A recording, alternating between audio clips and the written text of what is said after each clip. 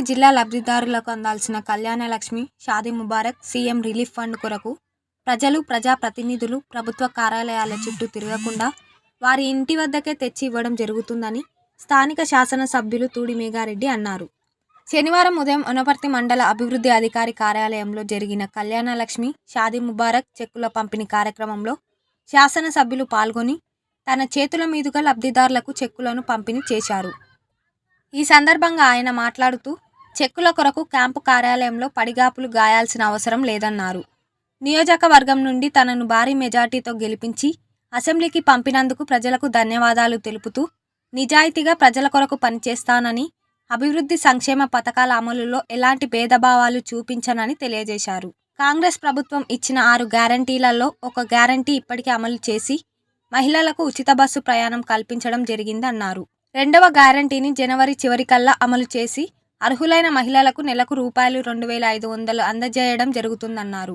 ఇటీవల నిర్వహించిన ప్రజాపాలన కార్యక్రమం ద్వారా ప్రజల నుండి తీసుకున్న దరఖాస్తులను పకడ్బందీగా ఆన్లైన్లు చేయడం జరుగుతుందని, వచ్చిన దరఖాస్తుల్లో ఎవరికి ఏ పథకం కావాలో పరిశీలించి మంజూరు చేయడం జరుగుతుందన్నారు.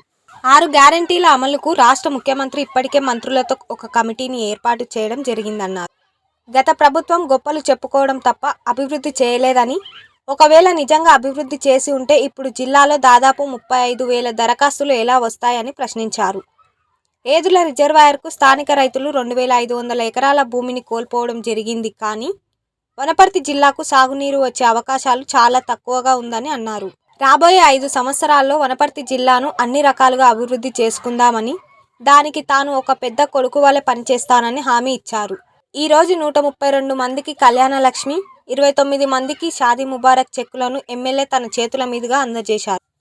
ఈ కార్యక్రమంలో తహసీల్దార్ యాదగిరి, ఎంపీడీఓ, ఎంపీపీ కిచ్చారెడ్డి, కౌన్సిలర్లు, అధికారులు, ఇతర ప్రజాప్రతినిధులు, లబ్ధిదారులు పాల్గొన్నారు.